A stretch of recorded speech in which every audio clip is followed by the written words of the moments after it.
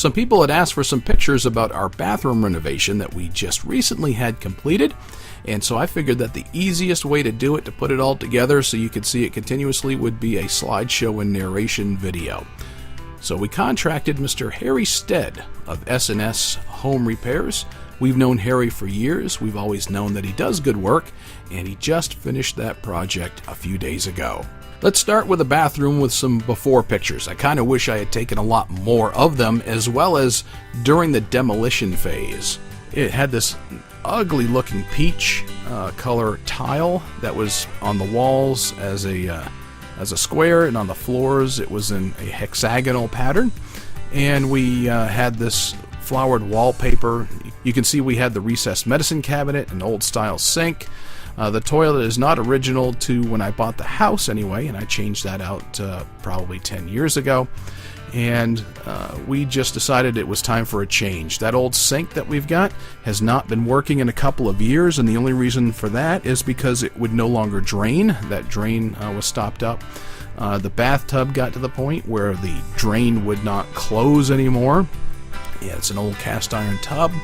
And we decided that's what we were going to do this year, as our spring project was going to be to renovate. So we had Harry come in, give us an estimate.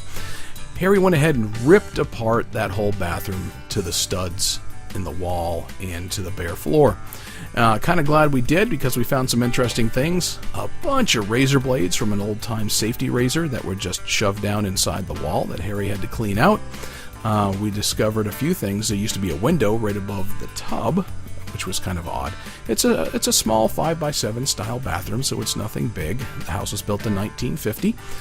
So what we found that was interesting, though, was the flooring was raised above the level of the hallway by a little bit, and there was a layer of tile. Underneath that, 3 layers of linoleum. Beneath that, a layer of hardwood, and then the subfloor. So when Harry pulled all that up, he found a little bit of wood rot around the toilet. And when he pulled up that flooring, he found in our crawl space that there was some puddling. So at first it was assumed that was all from toilet leakage. So we thought, all right, we've got a problem. And so we had contacted a restoration company who tried to get one of their subcontractors to come out, but they couldn't because they were too busy. Contacted a second restoration company. That second restoration company didn't have the equipment to dry out the crawl space, so I went ahead and rented some large dehumidifiers from a rental company, which is about $457 for the entire week.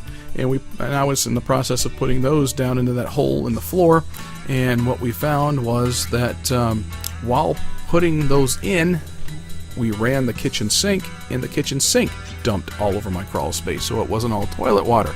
That wasn't necessarily a bad thing, because we discovered, okay, it's not a hazardous material, it's not poopy water, so we went ahead and had that fixed. While in the process of doing that, the plumbers were able to go down through that hole in my floor since it was all ripped out, and I figured that was the time to do any upgrades to the bathroom for plumbing. So $1,200 and $1,281 to be precise dollars later, we had all the plumbing that was in that bathroom replaced, and we had all new plumbing from underneath the kitchen sink draining out towards our drainage system. So when that was finally all done and ready, Harry was able to move in and put in the tub. He put in the flooring. He went ahead and drywalled the place, so he put in that purple drywall, and finally was able to go ahead and get the deal done. Sharon had decided she wanted to go with the plastic tub walls in the plastic tub. I didn't necessarily want to go that route. I wanted more tile, but that's what she wanted, and actually it turned out fairly nicely. I was impressed when it all came together. She wanted to go with the gray walls to kind of match the floor tile. She had picked out a tile that was kind of a wood grain ceramic tile for the flooring, and we put that in, and we picked a paint that was supposed to match. We also went ahead and picked out, instead of a recessed medicine chest cabinet to go above the vanity, we went ahead and got one that was wall mounted, because next to it we wanted to put a storage cabinet, and that was going to be surface mounted as well. In addition to that, we decided instead of going with a sliding glass door, we just wanted to put in one of those nice curved shower curtains. We also decided to replace the exhaust fan in light in the ceiling, so we picked out everything that we did for the fixtures. We're going to go with a brushed nickel look for that, so we went ahead and picked out all of our light fixtures to match the brushed nickel pattern, which we thought actually looked pretty good in contrast to the white and in contrast to that gray. So instead of going with a single light above the vanity, we decided to go with that triple light. And the two-handled sink on the vanity. The vanity itself we picked out to be white, as well as all the cabinetry in there would be white as well. We thought that gave some nice contrast. We decided to pick up, instead of the traditional toilet paper holder, because we've got 3 boys that don't know how to change out toilet paper rolls, we got the kind that is just a little hook that you can put on there as well.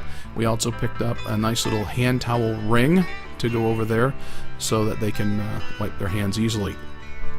The old light in there was simply, there were 2 switches.